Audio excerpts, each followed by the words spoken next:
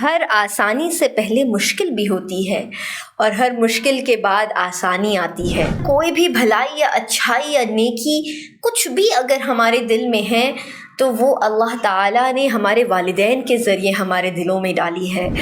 بڑوں کو کچھ کرتا ہوا دیکھیں گے تو وہ ان کو پھر اس چیز کے لیے کہنے کی ضرورت نہیں پڑتی، ان کے اندر وہ خود ہی وہ چیز آنے لگتی ہے۔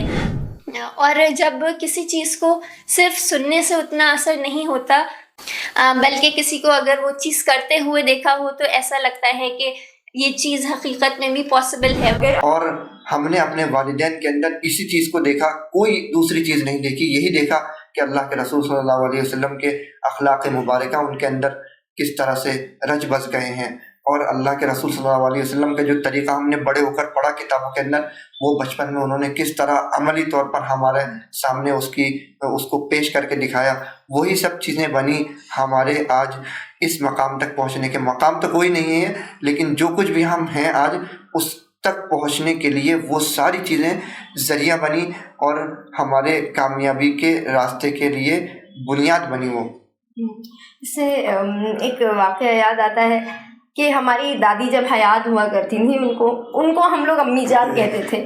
جب ان کا انتقال ہو گیا تو ہماری امی کو ہم لوگ امی جان کہنے لگے۔ تو ان کا پہلے آج سے کچھ سال پہلے تک بھی بڑے گھر ہوتے تھے، بڑے ہال ہوتے تھے، مہمان خانے بڑے ہوتے تھے، تو امی جان کا جو کمرہ تھا کمرہ بھی موجود ہے، وہ ماشاءاللہ بہت بڑا تھا۔ جب بھی ابھی سب کا ایک طریقہ رہتا تھا، سفر سے آتے ہی وہ سب سے پہلے امی جان سے ملاقات کرتے تھے، ان کے ہاتھ چومتے تھے، ان کو عزت دیتے تھے۔ تو وہ ہم لوگ دیکھتے تھے کہ وہ کیسے اپنی والدہ کی عزت کر رہے ہیں۔ تو ایک دن امی جان کے پاس بیٹھے تھے، امی جان لیٹی ہوئی تھی، ان کے پیر دبا رہے تھے، اور پھر امی جان بیٹھ گئیں۔ پھر اس کے بعد ابی صاحب ان سے بات کرنے لگے۔ تھوڑی دیر بعد ابی صاحب نے کہا کہ میں نے جو کچھ بھی کیا ہے، میں جو کچھ بھی ہوں، آپ ہی کے قدموں کے دھول کی وجہ سے ہوں، تو کیا نہ میں ان قدموں کو چوم لوں، کیونکہ یہی میری نجات کا ذریعہ ہے۔ تو ابی صاحب نے امی جان کے پیروں کو لیا اور چوما، ایسے ان کو بوسہ دیا۔ اور تو امی جان تو بہت مطلب شرم والی تھی، مطلب بہت جلدی تو وہ کہنے ارے نہیں، اور امی جان نے ابی صاحب کو گلے سے لگا لیا اور بہت رونے لگ گئی، اے فضل رحیم ایسا مت کیجیے۔ تو وہ یہ چھوٹے چھوٹے سے واقعات ہیں کہ کیسے والدین کی عزت کرنی چاہیے۔ تو آج بھی اگر ہم لوگ اکثر ہم نے دیکھا ہے، ہم تینوں ہی کبھی امی جان کے پیر چوم لیتے ہیں، کبھی ابی صاحب کے پیر چوم لیتے ہیں۔ تو یہ شاید ایسی چھوٹے چھوٹے سے انسیڈنٹس ہے جنہوں نے ہم لوگوں کے دلوں میں وہ گھر بنا لیا، وہ جگہ بنا لی، کہ جس کی وجہ سے ہم لوگوں کو جو بھی اخلاقیات، جو بھی چیزیں ہمارے اندر آئیں، وہ ان چھوٹے چھوٹے سے واقعات کی وجہ سے آئی ہیں۔ ماشاءاللہ جو آپ نے بات بتائی ہے یہ واقعتاً قابل تعریف ہے، اور اس چیز کا آج کے معاشرے میں بھی والدین کو بہت خیال رکھنا چاہیے۔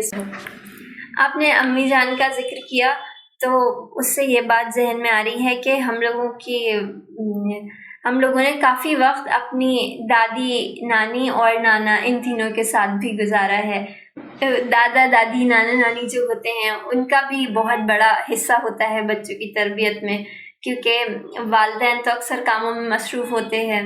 تو کیا ہی سنہرا وقت ہوتا تھا وہ نا، جب ہم نانا ابو، ہماری نانی کو ہم لوگ ننا کہتے تھے، اور نانا کو نانا ابو، اور دادی کو امی جان، اور دادا کو ابو میاں۔ ہاں، تو دادا کے ساتھ گزارا ہوا وقت تو یاد نہیں ہے۔ ہاں، بہت ہمیں تھوڑا سا ایک دم بہت تھوڑا سا یاد ہے، وہ ہم لوگوں کو کھلایا کرتے تھے، بہت تھوڑا سا یاد ہے، لیکن باقی تینوں کے ساتھ تو کافی عمر گزری ہے ہم لوگوں کی۔ جی، اور ننا ہماری کس قدر قرآن پڑھا کرتی تھیں کہ مطلب شاید ہی ہم نے کسی کو اتنا قرآن پڑھتے ہوئے دیکھا جتنا ہماری ننا پڑھتی تھیں۔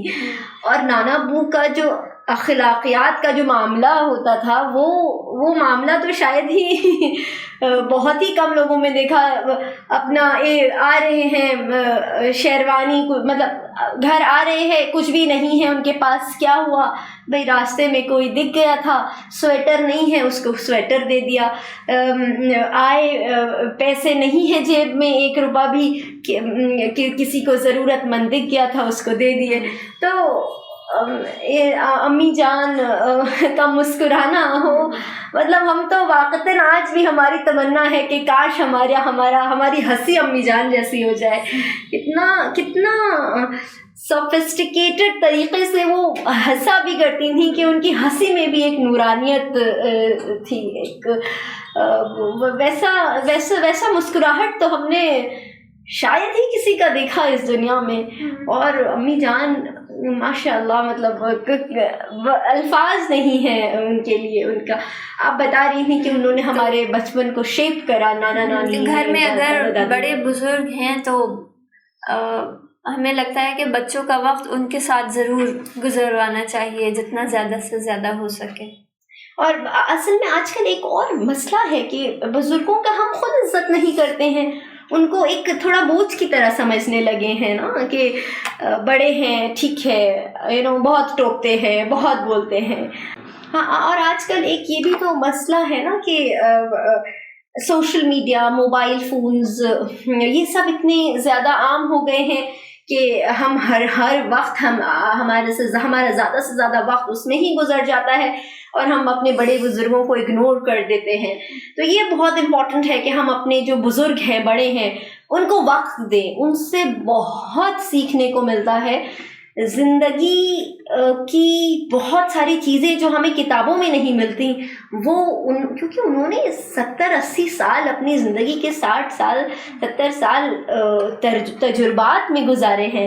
تو جو وہ ہم کو لیسنز دے سکتے ہیں, جو وہ اپنے ایکسپیرینسز شیئر کرتے ہیں, وہ بہت سارے ایکسپیرینسز ہم کو زندگی کی وہ بہت سارے ایکسپیرینسز ہم کو کتابوں میں نہیں ملتے ہیں.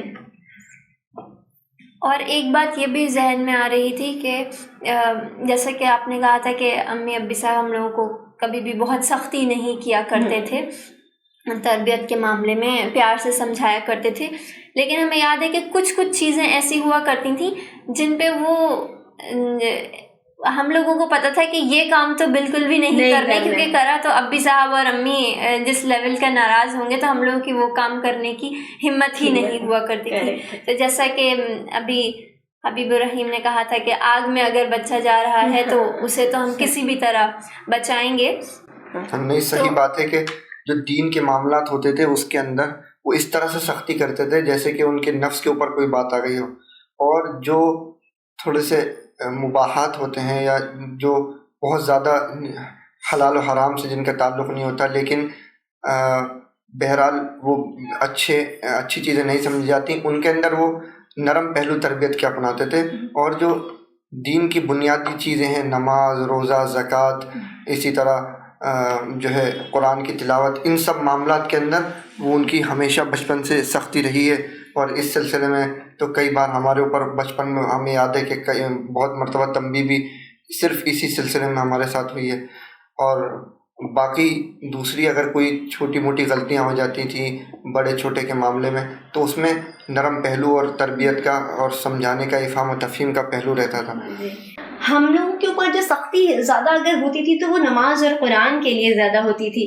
امی کا ہمیشہ کہنا ہوتا تھا کہ اگر قرآن اور نماز پڑھ لی فجر کی تو ناشتہ مانگ لیجئے گا, نہیں تو ہم سے ناشتہ نہ مانگیے گا, بھوکے چلے جائیے اسکول.